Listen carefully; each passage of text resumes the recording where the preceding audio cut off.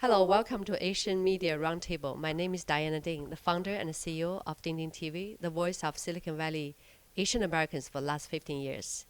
This is election year, so we, some Asian American media leaders, Indian, Vietnamese, Filipino, and Chinese, we started this dialogue and tried to create a platform, know your candidates. Several prominent media entities working together. This is the first time in Santa Clara County. And this is aimed to inform the engage of Asian community in the political process of providing a platform for the conversations with the candidates running for elected office. So today we're going to have this dialogue with Mark Farrell, who is running the mayor of San Francisco. Hey, Mark, thank you for coming. Thanks for having me. Yes. Before we start, we're going to give 30 seconds to 1 minute to each person to have a short introduction. We're starting with our media friends. So, Vandana. Thank you, Diana. Hi, Mark. My name is Vandana Kumar, and I'm the publisher of India Currents magazine. We've been telling stories about the Indian American community for the last 37 years. We're based out of Santa Clara. We are the largest and the only South Asian nonprofit media. And we're pleased to be here at this table to bring in important information to our reader. Yes, me. Thank you. My name is Minh Tran. Hi, Mark. I'm Minh Tran. I am from the Facebook group called Vietnamese in San Jose. Even though they say the Vietnamese in San Jose, but it covers a whole Bay Area. We have about 64,000 members, and we are very active. So we do social, we do events for the communities. We do clean up the city. Part of the thing, we do clean up the city. We do some, not traffic, but somebody had a flat tire. We responded to help assist with the flat tire. And right now, I'm doing some small fundraising for Vietnam. They have a flood over there. So briefly about ourselves. Thank you, Ming. And Yolaso? Hi, James. Hi, Mr. Mark. My name is Yolaisel. I'm the Senior Vice President of the Global Maharlika Foundation, and I'm also representing Filipino community here in Santa Clara County. And I am an active member of 40,000 Filipino group in Bay Area, and I'm happy to be here. Thank you. Yes, Joe. Yeah, my name is Joe Wong. I am the president of National Asian American United. For the past year, Diana and I have been very active in promoting Asian American story. We had a very successful first year with 72 entries, and we're looking forward to tell Asian American story in the coming year. And by the way, the new theme is My Gift to America. So that would be a last question for you. What's your gift to America? Think about it. So my name is Diana Ding. I'm the founder and CEO of Ding Ding TV, the voice of Silicon Valley Asian Americans for the last 15 years. And we're the organizer of Asian American Stories video contest and also the Civic Leadership Forum and Silicon Valley Entrepreneurs Festival and Silicon Valley Food and Art Festival. This is our studio and also a community center. In the past 15 years, we host over 500 events with our diverse communities in the whole Bay Area. And we bring people together, especially diverse communities together, to tell our Asian American stories. That's what we do. So Mark, please introduce yourself. Sure. So first of all, thank you for having me here today. It's a pleasure to be with everybody here in Silicon Valley. So I am lucky enough to be a born and raised San Franciscan. I grew up close to the Presidio as an Army base. My father was an Air Force pilot. My mom was a stewardess. And I grew up in the city. My wife and I are raising our 3 children in San Francisco. We have a daughter who's actually a freshman in college right now, I should say, in Boston, and we're missing her greatly every single day. We have a junior in high school, a son, and another son who's in 6th grade. I served in City Hall for 7.5 years before. I was very proud of my service. I was a member of our Board of Supervisors for 7 years. I became the longest serving budget chair in our city's history, and then became mayor in 2018 when Ed Lee unfortunately passed away. I left City Hall on purpose because of my children. Because if you know me at all, I'm a father. And I love spending time with my children on the sports fields, traveling the world with them, engaging with their schools. And I don't regret a single second of the past 6 years together with my family. But I'm also running for mayor this year because of my family once again, because I want my daughter in Boston to be proud to call San Francisco home. And if I'm being honest, I want her to move back to San Francisco when she graduates. But that means our city needs to change. San Francisco needs to become once again safe for every single resident and visitor. San Francisco needs to have economic opportunities and an economy that's growing once again, as opposed to completely stuck in cement like it is today. And San Francisco needs to become affordable from a housing perspective. It's been a long issue in our city. We haven't gotten results out of our current mayor. I want to chart a different course. To me, I'm running for mayor to combine my 7.5 years inside of City Hall with over 20 years in the private sector. My career was first as an attorney in Silicon Valley at a law firm called Wilson Sonsini, became an investment banker in San Francisco, and then started an investment firm in 2009. It's about combining both backgrounds to hit the ground running on day one with a strong vision for San Francisco to start to make a difference in every single San Franciscan's lives immediately. And that's why I'm looking forward to this race. Wonderful. You know, we always admire the people who determined to serve the community, because running for elected official is not easy, especially the mayor of San Francisco. And today we have many questions, especially concerns to our Asian community and important issues. So I'm going to start with my colleague Vandana. So it's a two-part question for you, Mark. San Francisco is facing a lot of economic challenges, and including like support for small businesses, job opportunities. And since this is Asian media, our focus is, like, we know that there are many small Asian American-owned businesses in Chinatown that have been affected by the economic downturn. Not only that, San Francisco has lost a lot of big businesses. So that's like downtown. There are challenges in both of areas. You just mentioned in your introduction that you want to chart a different path. And I'm curious to know what your path is and in what way is it different from your other colleagues, competitors. Absolutely. First, by the way, I should say, you mentioned Chinatown. I said I'm lucky enough to be born and raised in San Francisco. I also spent a great deal of my childhood in Chinatown. I was baptized at Old St. Mary's Church, right there on the edge of Chinatown. I actually spent 2 years playing for the Chinatown YMCA basketball team when I was in grade school. So it's a big part of my childhood in the city, and why I'm so honored to be representing that neighborhood as well as every neighborhood in our city. Look, in terms of our economy, I'm a big cheerleader for San Francisco, but I also believe if we're going to chart a course forward that's sustainable, we have to acknowledge where we are, acknowledge the reality.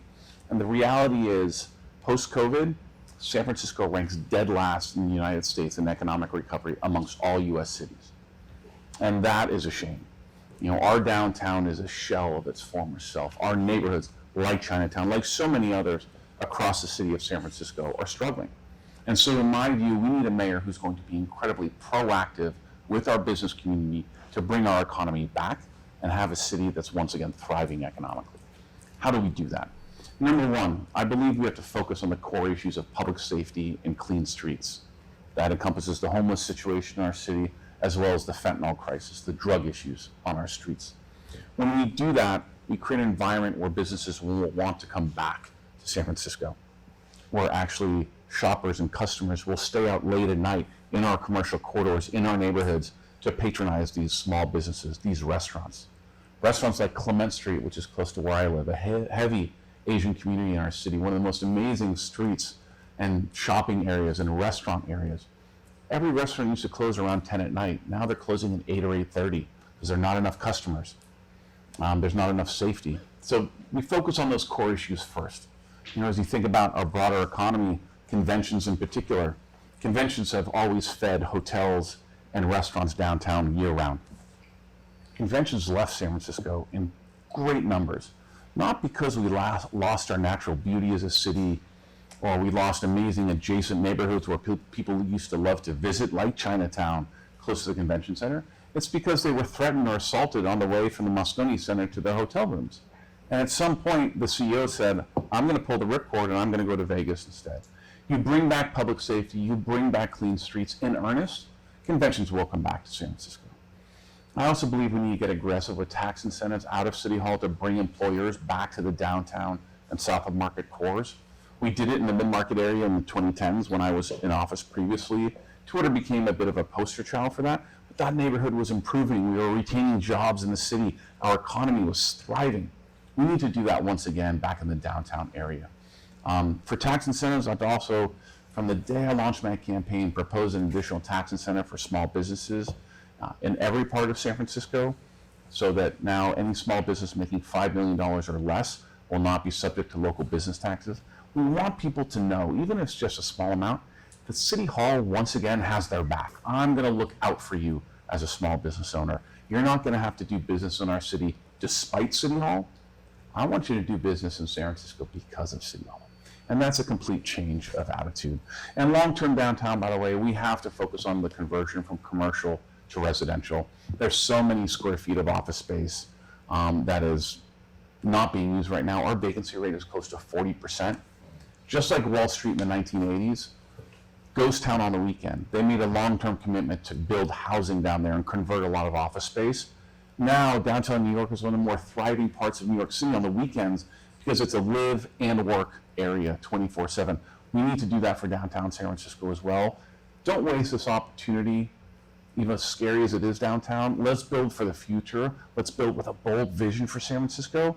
I think it's something we can all get excited about and really think about the future of our city. That's great to actually hear. One part that I'd still like you to answer is, in what way are your plans different from London Breeds, for example? We don't have enough time to go into all of that. But suffice it to say, you know, Mayor Mark Farrell will be holistically different than Mayor London Breed. I will prioritize public safety. And I did when I was in office before. Mayor Breed defunded the police department. Mayor Breed has seen over 25% of the police department go away and quit the job and not replace them. Mayor Breed has seen crime increase and all of a sudden a public safety, quite frankly, nightmare. Not only in every neighborhood, but we have these massive events and unfortunate incidents. We had the Louis Vuitton videos from a few years ago. Now, 2 weeks ago, we had another shooting of one of our 49ers in broad daylight on a Saturday afternoon in Union Square. We don't want to highlight those issues, but we have to acknowledge that they set us back as a city when we have those incidents. Within an hour, I had 10 text messages from friends in Europe already knew about that event. We can't pretend that that doesn't affect tourism. That doesn't affect people who live in San Francisco, and instead of, going downtown right now, they're going to Marin, or they're coming to Hillsdale, or they're going to the Stanford Shopping Center. So we need to do different and do better in terms of public safety. This mayor's approach around homelessness has been a disaster. Homelessness is on the rise. When I was mayor, we cleared out all of the large tenant encampments in San Francisco in 6 months. I will do it again as mayor. We treat people with compassion and respect, offer them shelter and housing. But if they say no, we took their tents away. Because I believe our sidewalks belong to everybody in San Francisco, young families, the elderly, our families. That doesn't exist today. And lastly, I'll say, because we touched on the economy, right now, this fentanyl crisis, the drug crisis, is crushing our city again.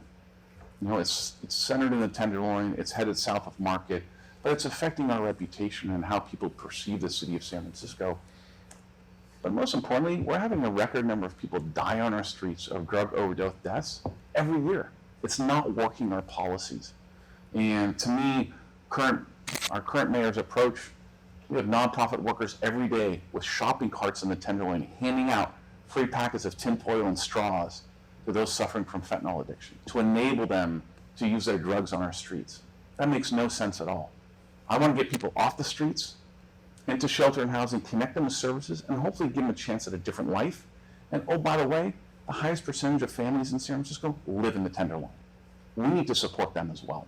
And so to me, it's just a holistically different approach of engagement, of attitude and policy. To me, let's turn the page on San Francisco and on Mayor Breed's failed administration. Let's chart a new chapter for San Francisco in the future, and I think it's an incredibly bright future. Thank you. Thank you. Thank you. Yes. Yeah, Mr. Mark, you mentioned about all the businesses, not only the small but big businesses. We have businesses that have been closed down due to the robberies, those lawfulness. How would you like to address that? Again, this gets back to one of those core issues on public safety and why we have to address that first. Public safety affects everything we do as a city. If you live in San Francisco, it affects how you feel walking in and out of your home. It affects how you go to a commercial corridor where you shop for your groceries or meet your friends for dinner. And it affects going downtown or to different parts of San Francisco that used to be big hubs of commerce. And big businesses have left the city right now. You think about even just a few weeks ago, the former Twitter, now X, they announced they're leaving San Francisco, not to go to Texas or to Florida, but they're coming down here to Palo Alto. But why? Because their employees were getting assaulted on the way from their car to the office. That is unacceptable as a city. Again, we have to acknowledge where we are right now and the fact that we have an issue. This mayor has not prioritized public safety, and we've suffered as a city as a result. So what do we do about that? We need a mayor like me who's going to come forward and say, public safety is my number one priority as mayor. I will support our law enforcement and first responder officers. I'm not afraid to hold them accountable if they do something wrong, but in the absence of wrongdoing, I'm going to support them as humans, as their careers, and thank them for putting their lives on the line for us every day and empower them to do their jobs. We have to fully fund our police department once again that this mayor took away, and then restaff our police department. When we do that, then we create that environment where businesses will come back. But until we do that, I don't think it's worth courting businesses all the time. We need to focus and fix the core issues that plague us.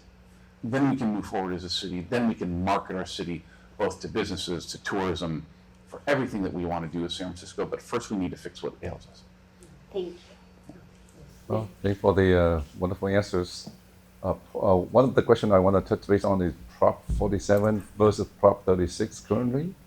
And everybody knows Prop 47 already, not Prop 36. What do you think about Prop 47?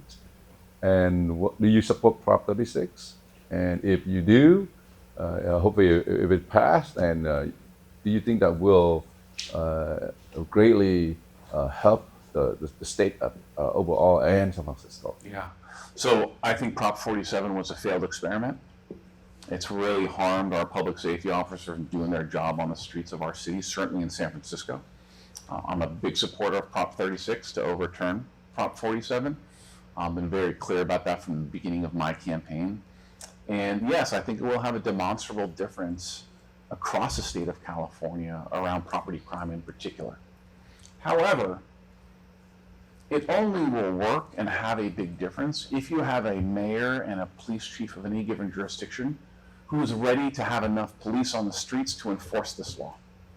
Right now, San Francisco doesn't have that. We have a police shortage. So we don't have enough officers to respond to calls, let alone to be proactive in our neighborhoods, let alone to spend time right now arresting people that are stealing from our Walgreens and our CVS corner stores, which is happening in every neighborhood in San Francisco right now, every single day. So to me, we need a mayor who's going to come forward and say, I am changing our policy. We're going to have a zero tolerance approach to crime. There will be consequences to committing crime in San Francisco once again. We will hire enough officers to get there. And then when we do, then Prop 4, or now Prop 36, will come into play that will allow the police officers to do their job. But right first, we have to get more officers on the street. But from a policy perspective, I can't wait for that to pass this November. To follow up on that, I guess the reason why in the police they get probably a budget issues. Are you also planning to add more technology to the force? For example, maybe a drone patrol or some sort of CCTV or something, so that people can pinpoint the problem faster and respond faster. 100%. Look, especially it was exposed with our shortage of police officers, how we can and need to use technology to actually complement our existing police officers on the streets and in our stations.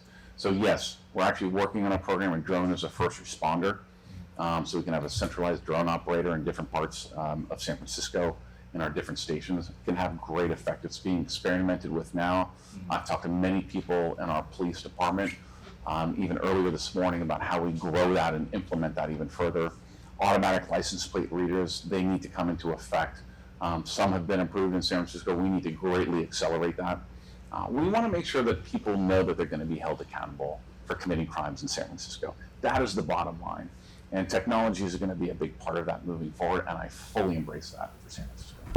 I think that Joe also have some questions, right? Yeah, we're Asian American. You know we're going to ask you a question about education.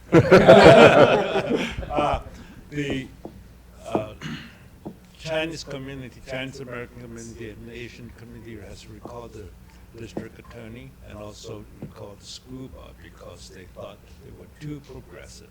And one of the things is algebra. Okay, they tried to take away algebra from the middle school and so on.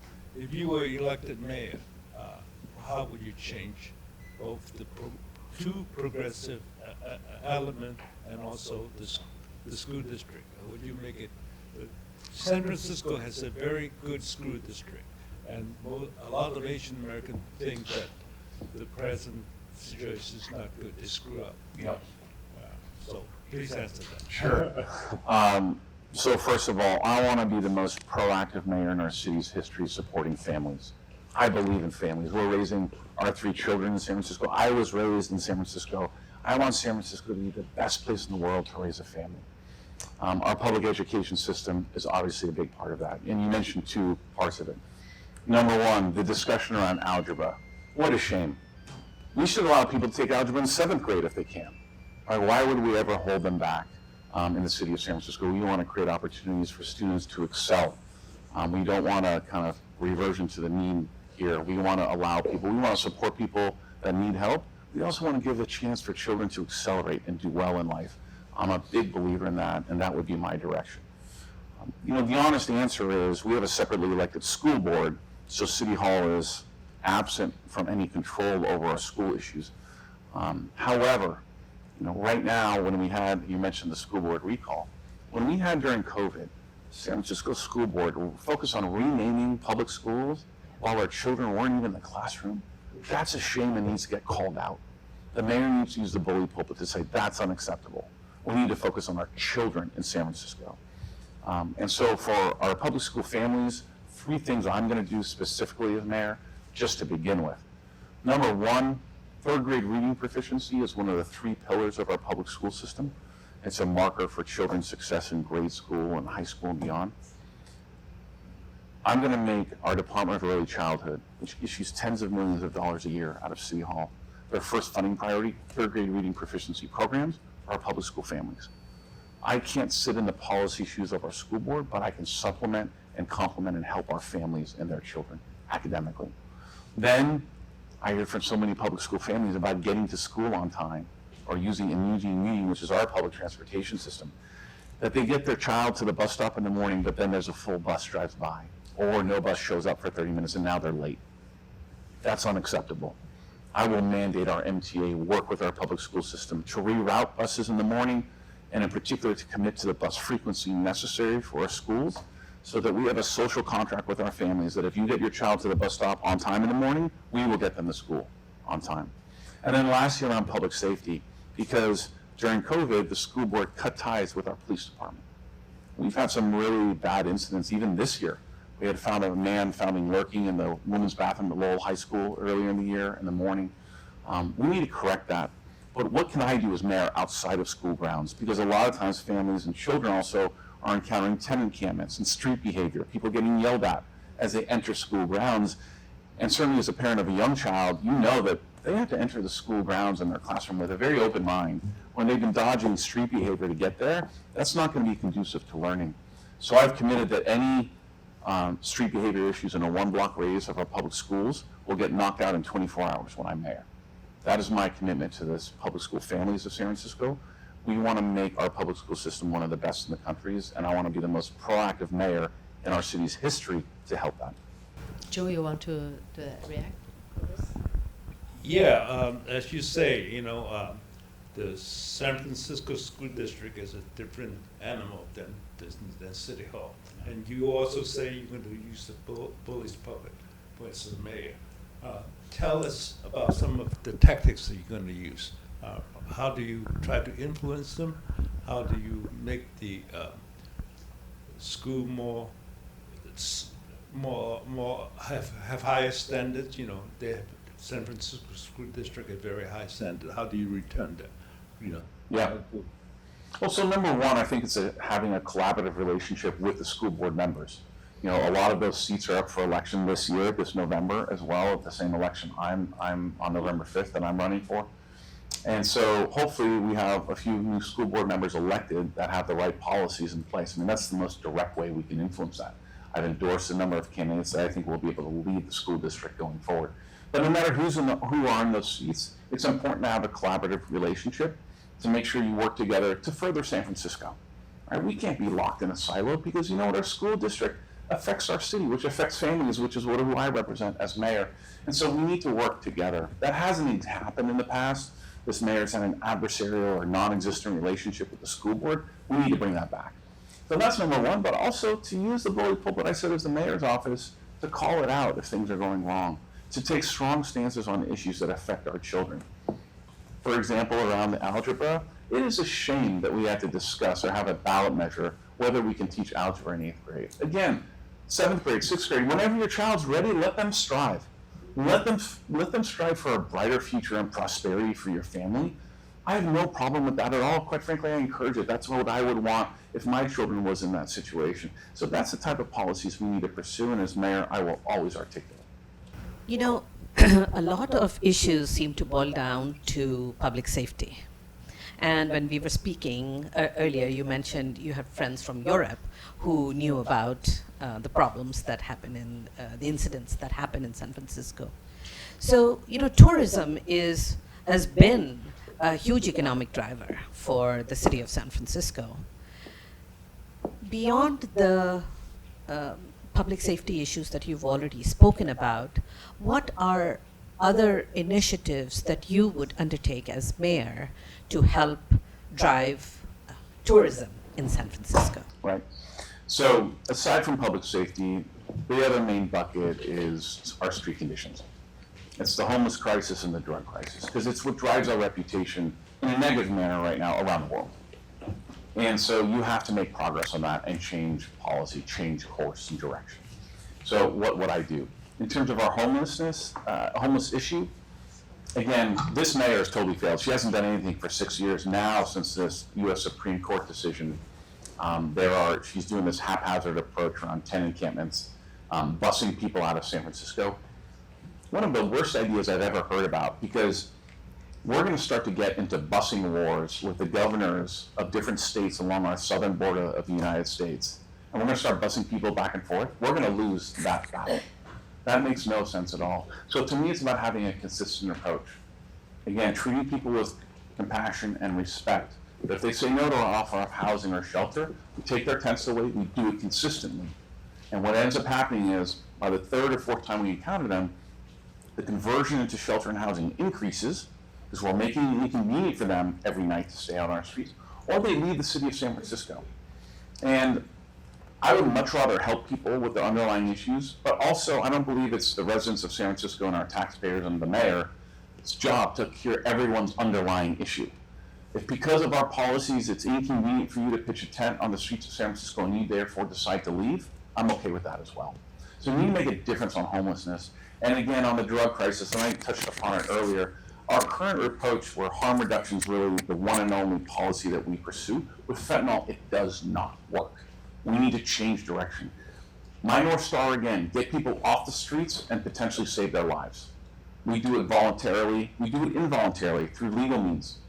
Right now, there's a state law that says if you administer Narcan as a city official to someone suffering from a drug overdose on the streets, we can actually take them in the county jail for 72 hours on a psych hold. We don't even think about that right now. And everybody that I've talked to in recovery from fentanyl, everybody had a short period of time in county jail to get off their fentanyl high, called a fentanyl fog. Because when you're taking a hit every hour and a half or 2 hours, you don't have time in the middle to think, you know what, I'm gonna take a different approach to life, or I want to get off my addiction. You're just thinking about that next hit. And so we need to intervene in their lives and give them a chance at something different. That to me is my North Star. We can do that and clean up our neighborhoods at the same time. I think we'd feel great about our policies as San Francisco, but it only comes with a change of leadership in City Hall. This mayor's approach has failed. Again, record number of people are dying on our streets, and our neighborhoods have become a total disaster. We need a different approach, and I look forward to leading on that one. Together with public safety, if we clean up our streets, tourism will come back. Again, let us never forget that we are San Francisco. We have amazing views, amazing parks, restaurants, hopefully will start to come back. We still have obviously a number of amazing ones still in San Francisco, but they have left. Businesses have left. We have to acknowledge that and say, what can we do to make this a more hospitable place? But again, I'm all for the future of San Francisco, and I'd be betting on our city right now, certainly after I win the election in November. Thank you.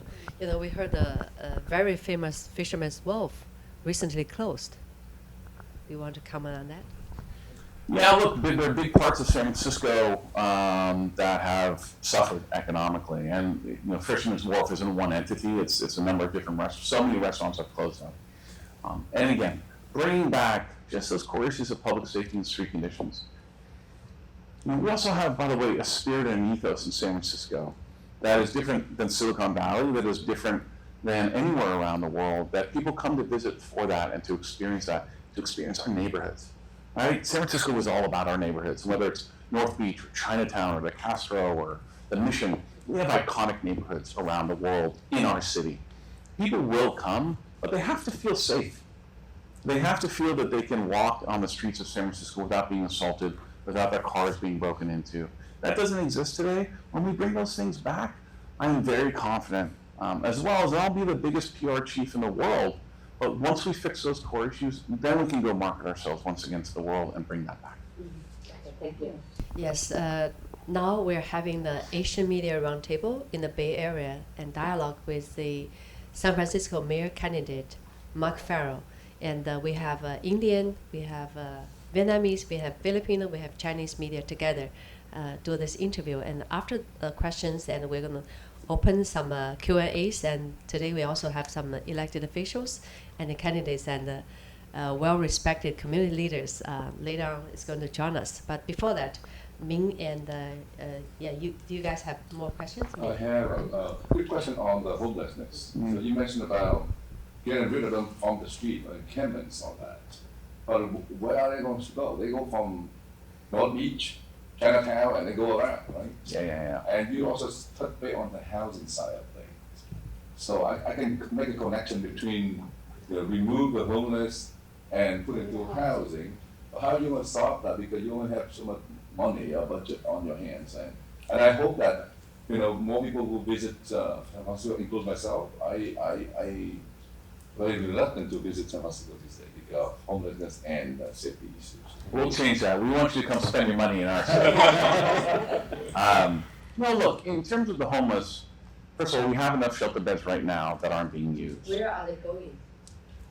Well, again, we have enough shelter beds right now, but people are choosing not to come into shelter. And so we need to take a different approach with those individuals. That's the group of people we need to say, I accept your decision because we can't force you into shelter, but I'll make it inconvenient for you to stay on our streets as long as you want. It shouldn't be part of the permanent landscape of our city. As part of what I said, combination of the homeless and drug crisis in San Francisco, that I will declare on day one a fentanyl state of emergency in San Francisco. Other jurisdictions have done this. It allows us to get state and federal funds. It allows us to ask the state and the feds for additional law enforcement help. And to me, I don't believe we need to be arresting drug users. That's a health issue. We need to be arresting the drug dealers in San Francisco, and we have a massive issue on the supply side of the equation. But then also what we're going to do is to add to the shelter beds, build a 24/7 centralized intake center with a massive additional shelter capacity. So there's one place where everyone can come, be brought to triage them with services, mental health, drug addiction services, county services as well, get them hooked up with all of their benefits and sort people out, again, put them on a path to a different life. There needs to be one place to take them because right now it's a patchwork of shelters. Nobody knows where to take them. There's 120 beds in one location going empty almost every single night. That's unacceptable. It's not coordinated around. It's very haphazard. We need to take a centralized, different approach, but also a top-down approach to say, you know what, we're not going to tolerate this type of street behavior anymore. We're going to get people off the streets and hopefully onto a better life. I think we can do that in a very San Francisco manner and clean up our city at the same time, have great success for these individuals, but great success for our city as well. So, Yes. Hi, Mr. Mark. Well, most of my charity events here in Silicon Valley and the Bay Area is a senior citizen. And the most complaint that I've heard is about the healthcare and how should you address the access for affordable healthcare for San Francisco community. I live in South San Francisco, so I'm very close to you. Yeah. Yes. Look, we have some great hospitals, obviously institutions in San Francisco, UCSF, CPHC, and Sutter Health, great hospitals as well. But certainly for our Asian community in San Francisco, we need to make sure that we provide opportunities, certainly for monolingual residents of our city, to access healthcare and meet them where they are. Because, I'm a big supporter of Chinese Hospital inside of Chinatown. NAMS is great out in all of our different neighborhoods in San Francisco. So to me, we need to continue to build access bridges for every community in San Francisco.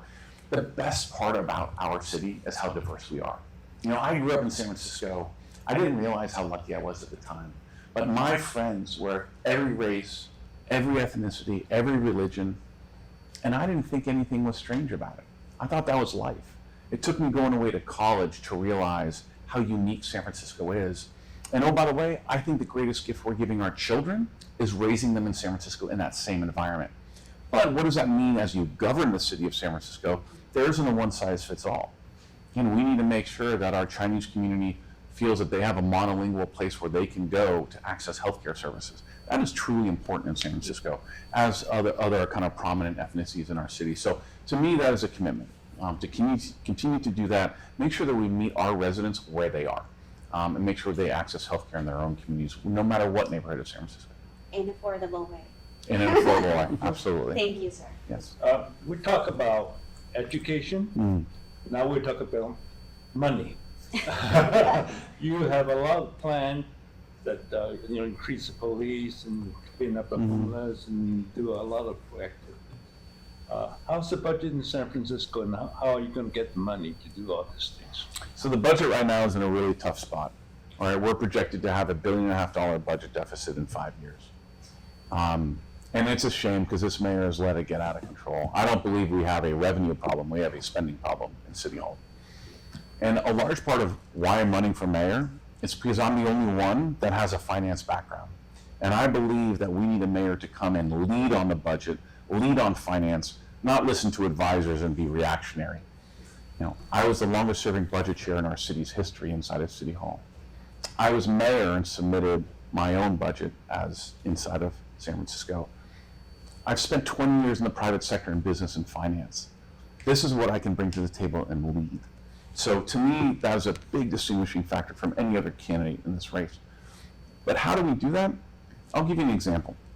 When I was mayor, our budget was $11 billion a year, bigger than most states in the United States.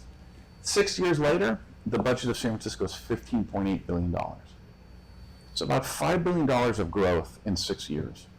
I'll ask any San Francisco resident, I said, because this is annual spend, I said, compared to 6 years ago, have you noticed $5 billion over the last 12 months that the city of San Francisco is spending on anything? And everyone laughs and shakes their head. No, everyone believes the city's in a worse spot. And so to me, it's about how do you spend your money effectively. I'll give you one example that I think about the most. Since I was mayor, and last year was $14.6 billion, so $3.5 billion of growth. Of that, in 5 years, of that, over $2 billion went to a big bucket called community health and welfare. Again, do the residents of San Francisco see $2 billion of additional spend on a yearly basis around community health and welfare? Not even close. The vast majority of that is spent for nonprofits in San Francisco. And I said that when I launched my campaign, we will fully audit all of our nonprofit spending out of city government in San Francisco. Since then, McKinsey had done a study.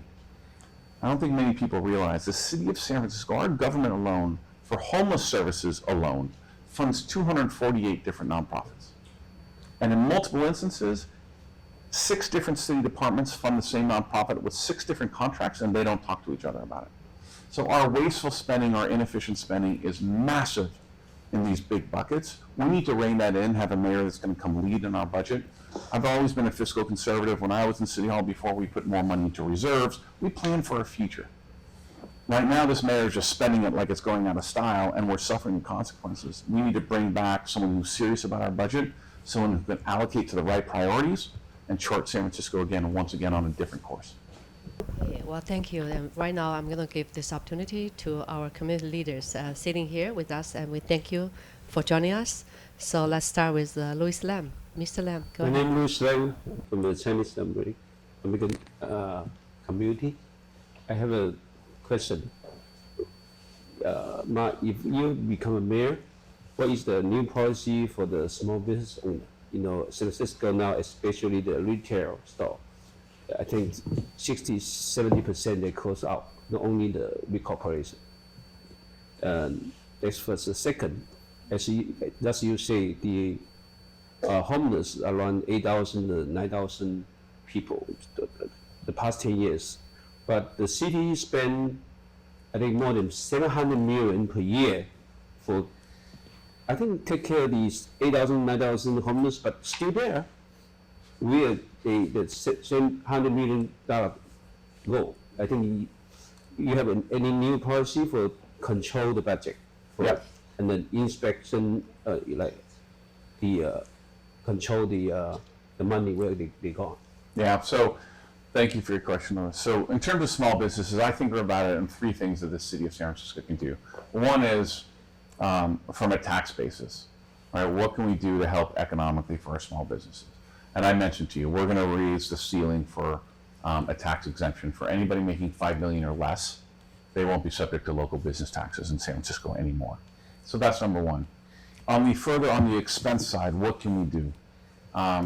We have fees, permitting, and so forth that is out of control. What we see with a lot of our small businesses, they're facing declining revenue and a massively increased cost structure, whether it be city fees, insurance costs, which is done by zip code in California. So many businesses in San Francisco are having their insurance ratcheted up because of the crime. So we can start thinking about all the fees that we can be able to cut from our small businesses to help keep them alive in our neighborhoods. Because I believe small businesses are the heart of our commercial districts, and our commercial districts are the heart of our neighborhoods, which makes San Francisco so unique. So we have to support them.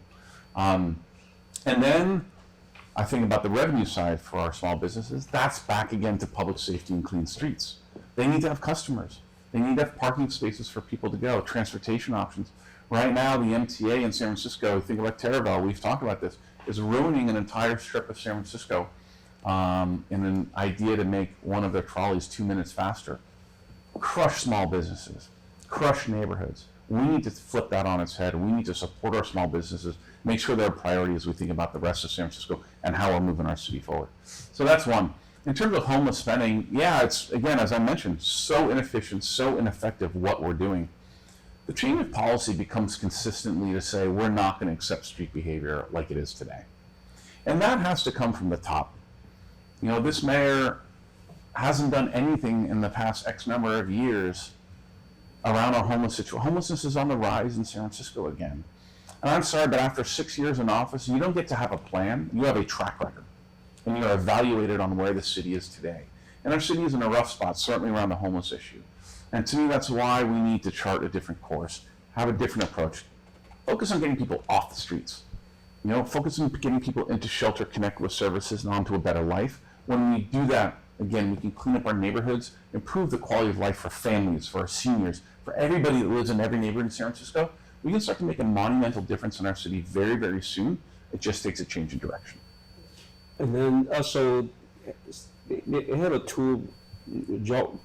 San Francisco, the review, the public park, they building the public bathroom, 170 square foot, spend 1.7 million, and take about more than 4 years to build. And then things, the 12th Street in Sunset area, spend 6 years, repair Cobble Street, and 6 years until today is not finished. Right. So, and also my friend have a old Shanghai, they have a restaurant in the Gary Boulevard. Small remodeling take about 3 years because the planning department, they submit the permit. After 7 months, the planning department told my friend, say, we lost your application form. 7 months later.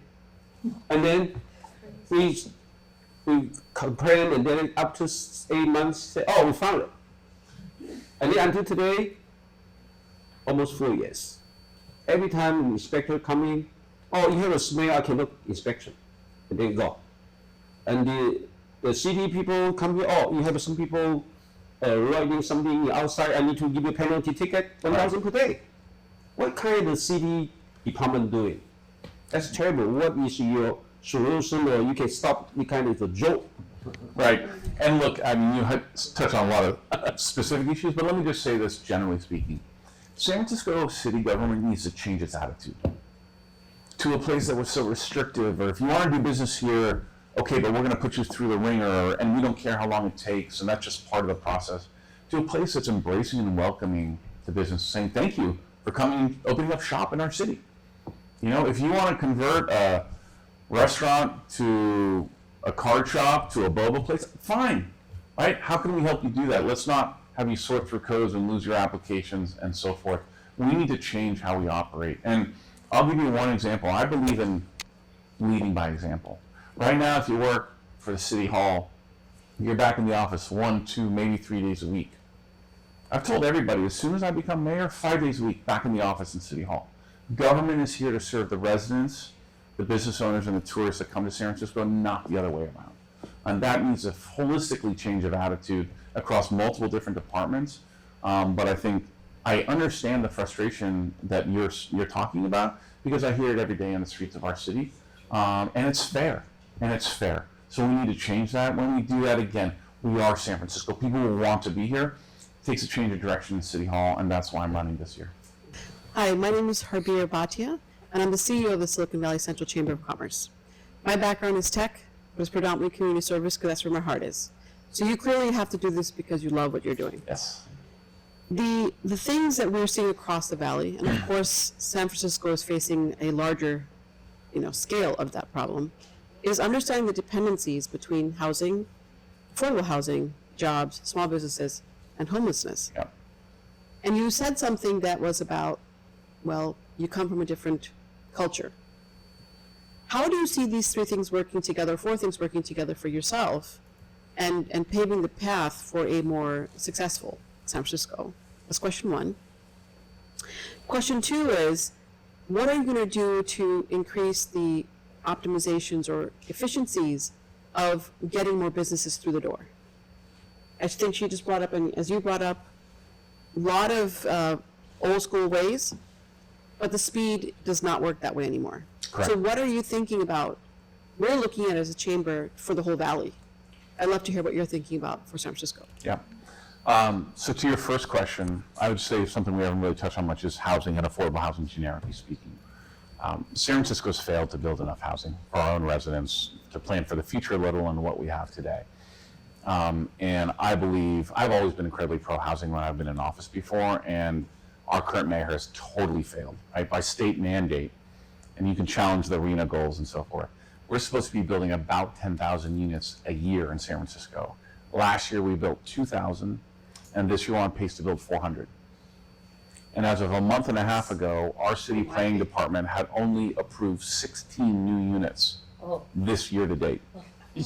So not 1,600 or 16,000, 16. Failing.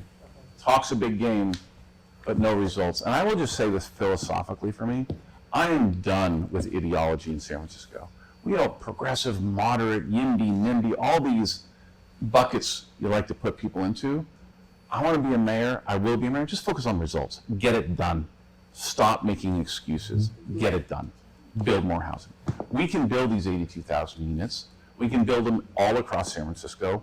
I don't believe San Francisco, every neighborhood should look the same. Our current mayor is kind of trying to upzone every neighborhood. I think that would be a disaster. We can build the densest part of San Francisco, the downtown, south of Market cores. Also solves our issue about revitalizing downtown in Soma because of the square footage, vacancy rate that we have that's just out of control. Converting that to residential makes sense for so many different reasons. But we have to think outside the box in order to do that. We're not doing that today in City Hall. There's no vision at all. And so for me, that's why we build more housing. To me, housing specifically is around zoning, it's around legislation, and then it's around mayoral directives to our planning department to make sure we're streamlined and efficient. Lots of details within that to unpack, but suffice it to say, one of my huge priorities, and the reason why, I always tell people, I mentioned it earlier, it's personal now. Our daughter just started college in Boston. I want her to move back here in 4 years, and that means affordability has to change from a housing perspective. And to me, the way you get to greater affordability is to build more housing. I believe in supply and demand. Those are natural laws. that exists in San Francisco as well. So we need to do that, and we need to get after it. We've just been so stalled. I mean, the fact that we have 35,000 units approved and entitled in San Francisco that no one's breaking ground on. And they're putting their equity in Phoenix and in Austin and in other places, maybe down here in the Valley, but they're not investing in San Francisco right now. That's a problem. It's a problem because of our leadership and the lack of faith in the future direction of San Francisco right now, but also a problem because our mayor doesn't go to them and say, what's it going to take to get you to break ground, to put our building and construction trade workers and unionized workers back to work and build for the future of San Francisco. The fact that we're not actively working on that every single day is a shame. So that to me is the number one thing in terms of housing. And your second question was around? How are you going to optimize the permitting process, getting businesses to the door so they can be true entrepreneurs and innovate? Yeah, again, a lot of details to unpack there about what we're going to do specifically, but let's leave it at this. It's high time that we start to use the technology that exists in our city, that's being born in our city, born here in the Valley, to benefit our city government. We're stuck in the kind of old days. When I came into City Hall, believe it or not, 2011 was my first year in office when I was on the inside of City Hall. Our email system was still running on Lotus Notes. I've been out of law school for 10 years at that point. Microsoft, I mean, it's absolutely insane kind of how arcane our systems work inside of City Hall. We need to start using that, whether it's for our Small Business Commission and our planning department in particular. Right now, they just unveiled a new system. You can't upload certain things on Macs. I mean, it makes no sense. It's ridiculous. Even for our police department, right? We need to be able to use body cameras to have conversations with folks and have AI download what those dialogues are and submit reports, kind of autofill reports, to make jobs more efficient inside of our city government. We have not done that inside of San Francisco. It's been the last priority, and it'll be something that I will tackle head on in the beginning, because I believe when you do that, you can make our government so much more efficient. As we're facing these potential deficits down the road, one way to really negate that is to drive efficiencies in ways that haven't been talked about before. And my background is also in tech, right? As an attorney in investment banking, as an investor, to me, that's my world. That's a world I've always lived in outside of City Hall. We're going to bring it to City Hall and start to make a big difference. Hi, Mark. I'm Yan Zhao, Mayor of City of Saratoga. Thank you for coming down to the South Bay to have a conversation with us. Thanks for being here. I also would like to thank Diana and Luis for inviting me here. Thank you for your comments on safety, homeless problems, housing. As a mayor, public safety has always been my top priority. So I have a couple questions. The first one is, I don't know if you have addressed this, Proposition 36. What do you think of Proposition 36? And maybe just, did I miss that? You already Yeah, no, it's okay. We talked about it before. Because But look, I'm a huge supporter of Proposition 36 and have been since the day I launched my campaign. Was very clear about that. Okay. Prop 47 was a failed experiment, and in my view, we are at a place right now, certainly in San Francisco, and I know across the state in many jurisdictions, where we need to give the police officers on the streets every tool at their disposal to make crimes count, meaning that there are consequences to crime on our streets. And when you have what Prop 47 and with the $950, it makes their job a lot harder to do that, to hold people accountable. And so I think it's a big step in the right direction. Great. You also mentioned about, bringing technology, AI into the city government. And, I totally agree with you. I'm a engineer by trade. And I think it's important to use all this to serve people Yes. and to be more efficient and transparent. I don't know if city of, San Francisco is currently exploring any AI tools, because currently I'm on a government AI coalition. We're trying to explore, see if there's anything that we can utilize to help, make the government more efficient and basically, better services to our residents. Of course we have to do that, right? It's a no-brainer, if you will. I can't speak to what they're even talking about right now inside of City Hall or their current mayor, but obviously they're not doing anything about it. Nothing has resulted from it. And so for me, again, let's get to action. Let's get to results as a city government. Let's hold our mayor accountable to start making a difference in our lives immediately. Let's stop making excuses, blaming other people. We have that a lot with our current mayor in San Francisco. To me, let's focus on the results. To me, let's get actionable in terms of technology, in terms of AI. There's no reason to delay here. This isn't the 80s. Our world's moving at warp speed. We need to move along with it within our city government and bring our city government kind of up to speed right now in our technology evolution as a country, as a community, as a Bay Area. San Francisco, until a few years ago, was always regarded as the innovation capital of the world. We battled with Silicon Valley for sure, but San Francisco started to have that mantle for a while there when I was in office before. When I left San Francisco in 2018, when I left City Hall, in 2018, our city was in such a better place than it is today. And in the 6 years since I've been gone from City Hall, we've really suffered as a city across all kind of these important public safety, street condition, economic metrics. It's time to bring it back. And it's time to bring back a mayor who's actually going to lead on these issues to bring San Francisco back, but also move our city forward in a different direction. I think to build a future that everyone can get excited about, not only in the city, but hopefully in the Bay Area as well. Because I do think a thriving San Francisco is better for a thriving Bay Area as well. And when San Francisco suffers, communities around it suffer as well. And so I look forward to leading that change.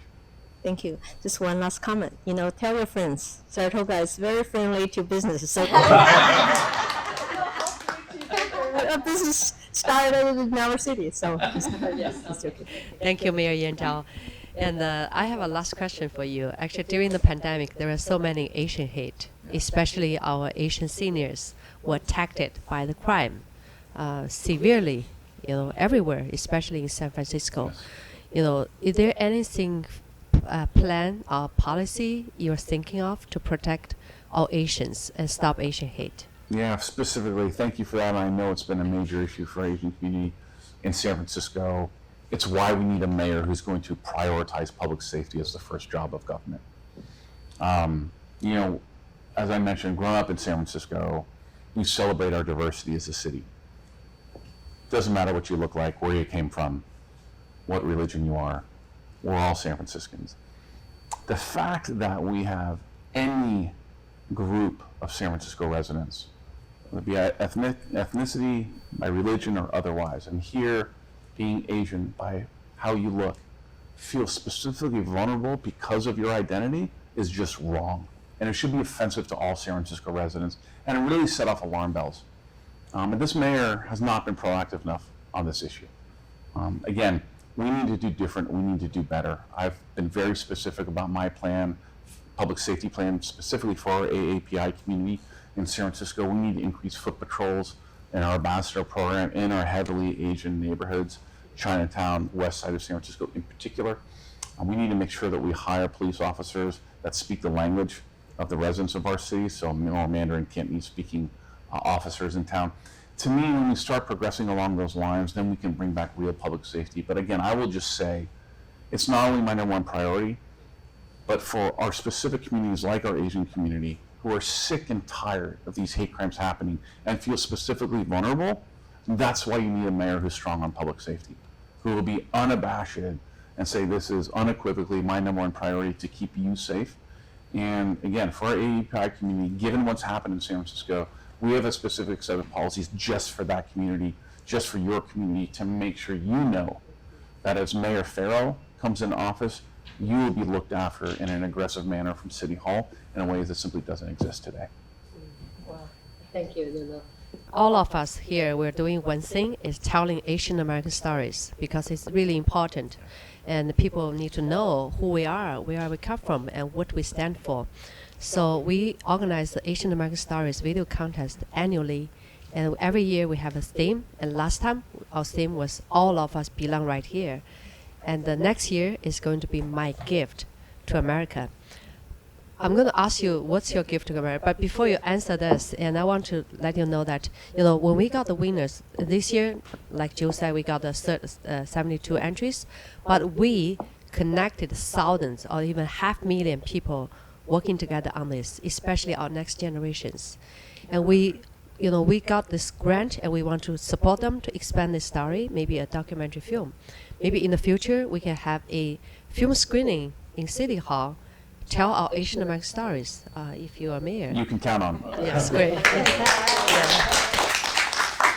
Okay, so look the camera over there, and starting with my name is Mark Farrell, and my gift to America is in 1 minute, please. All right.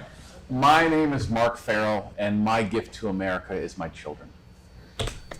I am a family person first. I am a father first. It is the greatest thing that I will ever do in my life is raise our 3 children along with my amazing wife, Liz. Our daughter is a freshman in college.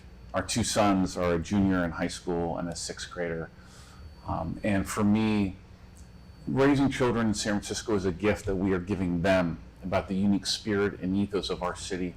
But running for mayor this year in San Francisco has also been largely influenced by how we're raising our children, by teaching them the values that if you see an issue in your community where you can give back and you can lead on an issue, don't sit there and be an armchair quarterback. Get involved, get into the arena, fight for what you believe in, and that's going to make our world a better place.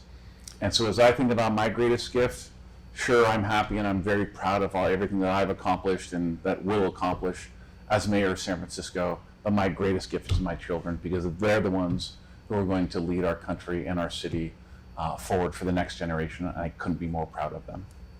Thank you.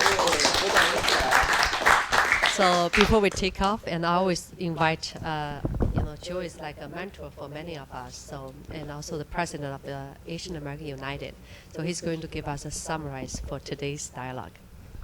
Thank you, Mark, for coming down here to talk to us. We can ask you a lot of tough questions. Particularly, we asked about public safety, loss of small business owners in Chinatown, loss of downtown business. As you say, Twitter just moved down south, moved over city, and we asked you, of course, about education, healthcare, homelessness, and also the Prop 36. I hear from you that your answer is you're going to take the whole problem and treat it holistically. And you're going to be a very proactive mayor, and then you are not afraid to use the police public. And also you would be proactive in modernizing the technology in solving this problem, and you want to prioritize the things and make San Francisco great again. Did I miss anything? I'd phrase it a different way, but What's the difference? Yes, please. Well, Kamala Harris. But in any case, no, look, I want to be a mayor to lead San Francisco forward. Again, let's turn the page on 6 years of Farrell leadership in the mayor's office, challenging times in our city. Let's write the next chapter of San Francisco that's incredibly bright. We'll have that phoenix rising once again and make it a city where not only my daughter, when she lives in Boston, but all of us are proud to call home once again. Yes. Thank you. Well, thank you. And that's the end of today's Asian American Media Roundtable. Thank you. thank you. Thank you.